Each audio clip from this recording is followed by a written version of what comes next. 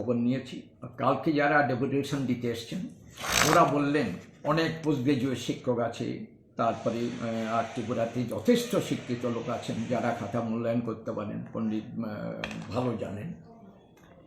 এখানে একটা কথা আমি বলবো, পরীক্ষার খাতা মূল্যায়ন করতে গেলে এটা অত্যন্ত কনফিডেন্সিয়াল, খুবই গোপন ব্যাপার।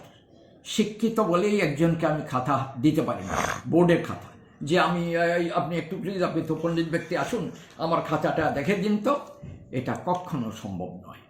সরকারের এবং বোর্ডের নিয়ম অনুযায়ী কাকে পরীক্ষার খাতা দেখতে দিতে পারবো সেটা একটা নিয়ম আছে। আজকে চাকরি পেয়েছেন, কালকে এসে খাতা দেখুন, এটাও হবে না।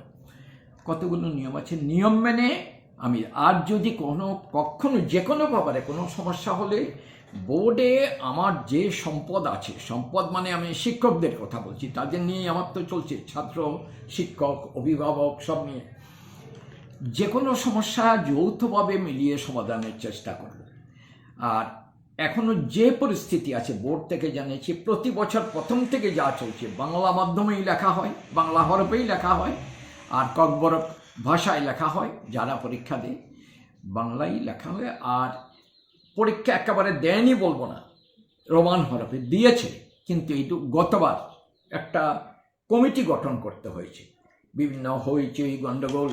আমি কয়েকজন আমাকে বললেন একজন শিক্ষক নাকি সুইসাইড করেছেন, আত্মহত্যা করেছেন, এইসব বিষয়কে কেন্দ্র করে। আমি জানি না এখন ব্যাপার, আমি শোনা কথা এটা বলছি। একজন বললেন এ তো আনওয়ান্টেড, অপ্রিয় কত ঘটনা এগুলো যে ঘটছে, এগুলো চাই না, আমরা ঠিকভাবে পরীক্ষা নিতে চাই।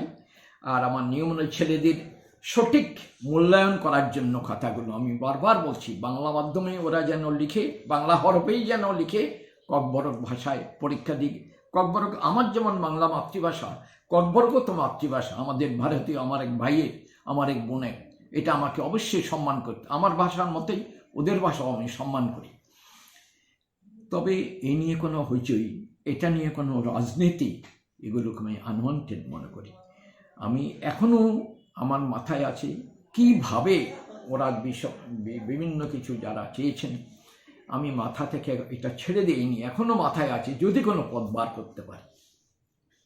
জানি না পারবো কিনা। এখন রাজ্য সরকারের কাছে আজকেই আমি ছুটে গেলাম, বললো দিল্লি থেকে কোনো উত্তর এখনো আসেনি, হয়তো কালকেই যদি আসে, আমি কথার কথা বলছি, কালকেই যদি আসে, পরশু যদি আসে, আমি সাথে সাথেই জানিয়ে দেব এই সিদ্ধান্ত এসছে দিল্লি থেকে, এই করো। এখন এটা এখনো আমি ওয়েট এন্ড সি এই পর্যায়ে আছি।